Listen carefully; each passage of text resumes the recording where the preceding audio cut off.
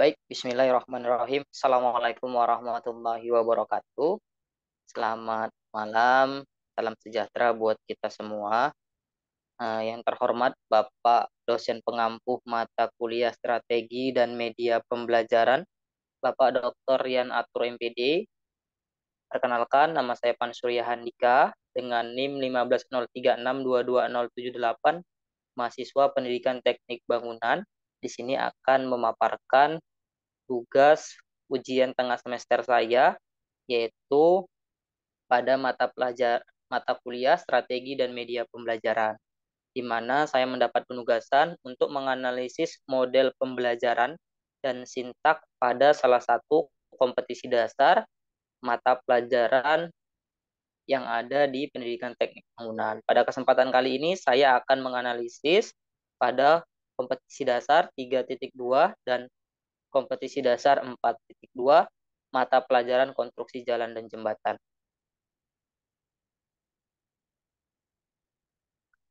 Pada kompetisi dasar 3.2 menjelaskan tentang mengenai klasifikasi jembatan dan 4.2 menyajikan klasifikasi jembatan.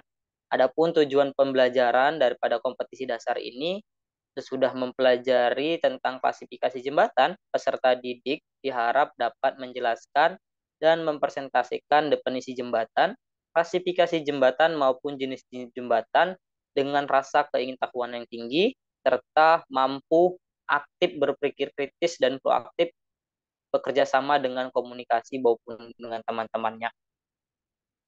Ini yang merupakan salah satu tujuan pembelajaran yang ada pada kompetensi dasar ini.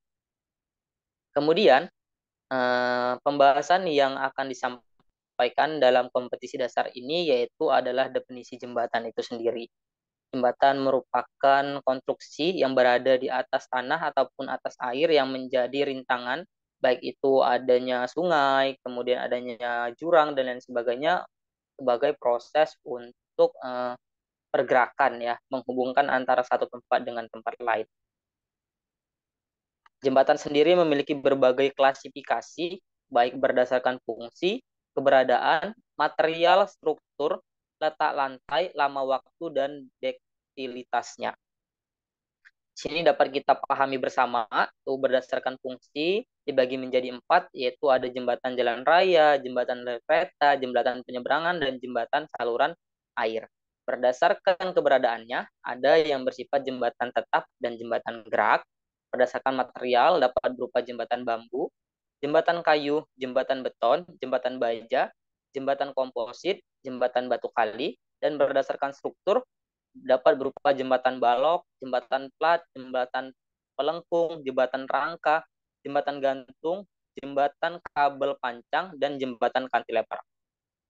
Untuk letak lantainya sendiri dapat diklasifikasikan menjadi jembatan lantai atas, jembatan lantai bawah, jembatan lantai tengah, dan jembatan ganda.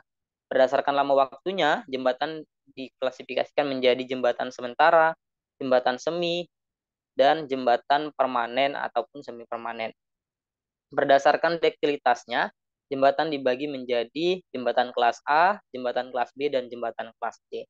Secara keseluruhan materi ini nantinya akan disajikan dalam modul pembelajaran konstruksi jalan dan jembatan. Di sana nanti terdapat definisi-definisi dari masing-masing klasifikasi jembatan maupun definisi jembatan itu sendiri.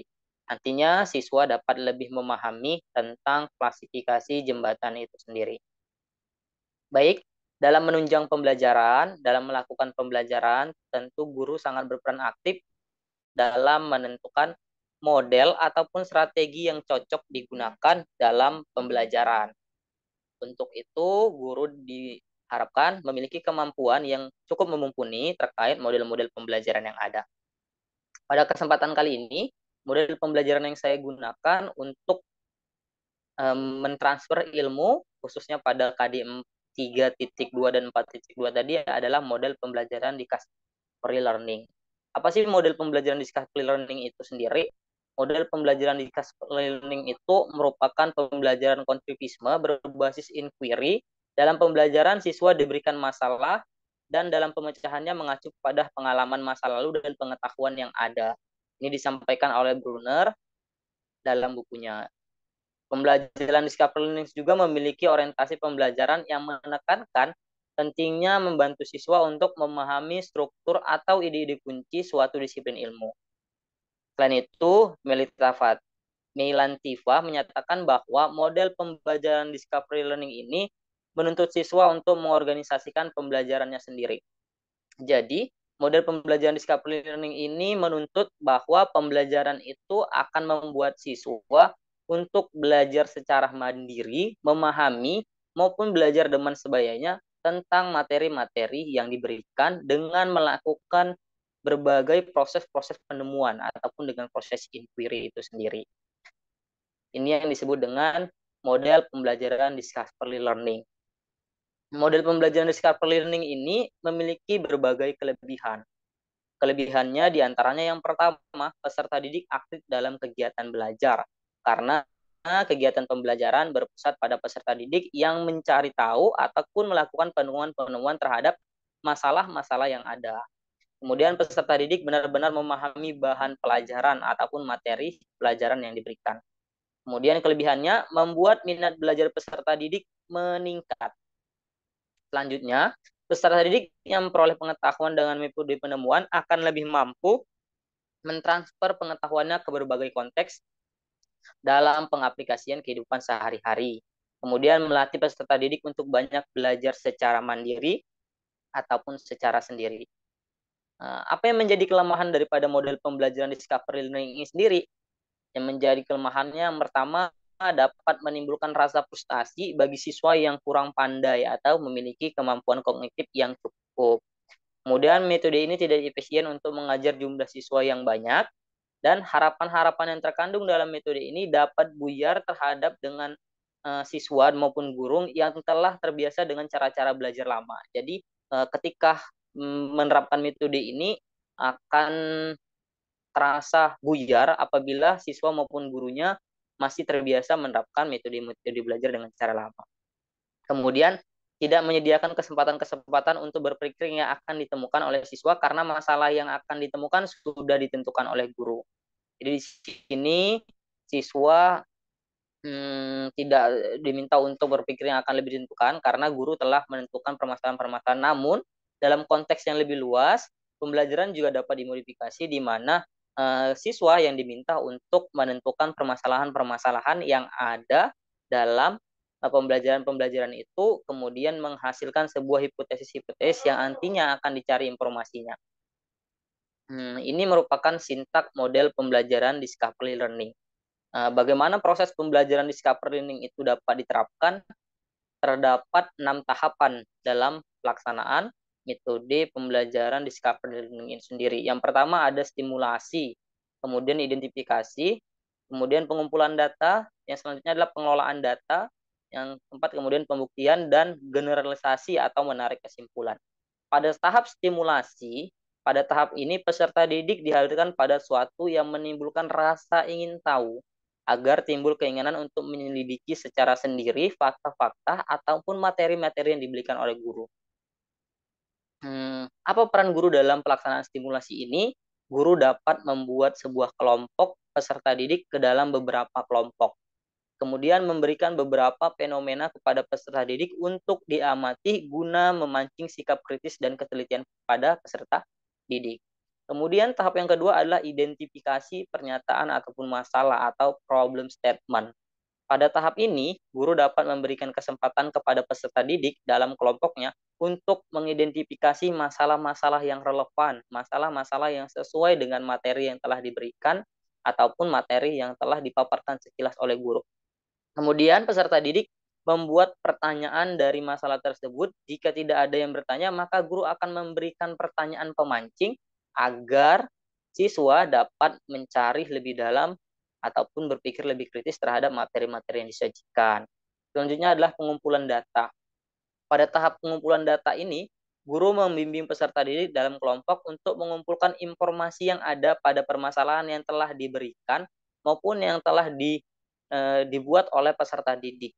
Pengumpulan data itu bisa melalui berbagai sumber, baik itu buku, modul, maupun observasi secara langsung.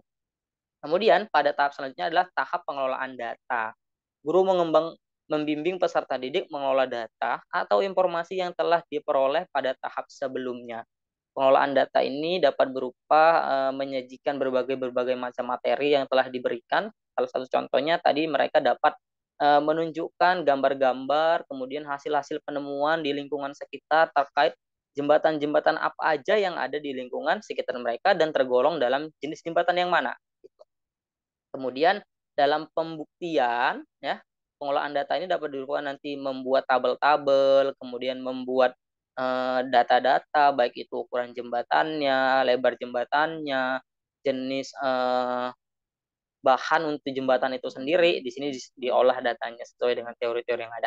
Kemudian adalah tahap pembuktian. Guru membimbing peserta didik untuk membuktikan benar atau tidaknya informasi yang diperoleh pada tahapan sebelumnya dengan mencoba mengaplikasikan hasil temuannya ke dalam soal dan peserta didik diminta untuk mempresentasikan hasil temuannya. Di sini adalah tahap di mana peserta didik mempresentasikan hasil temuan yang telah dilakukan. Yang terakhir adalah generalisasi ataupun menarik kesimpulan. Guru membimbing peserta didik untuk menarik kesimpulan dari temuan mereka dengan bahasanya sendiri. Jadi diminta pada penarikan kesimpulan ini, peserta didik dapat menggunakan bahasa yang digunakan dapat dimengerti oleh peserta didik. Selain itu, pembelajaran dengan metode discovery learning ini dapat meningkatkan siswa dalam melakukan penemuan-penemuan, dapat meningkatkan kepercayaan siswa dalam belajar secara mandiri. Mungkin ini yang dapat saya sampaikan. Lebih dan kurang saya mohon maaf. Akhirul kalam. Assalamualaikum warahmatullahi wabarakatuh. Selamat malam.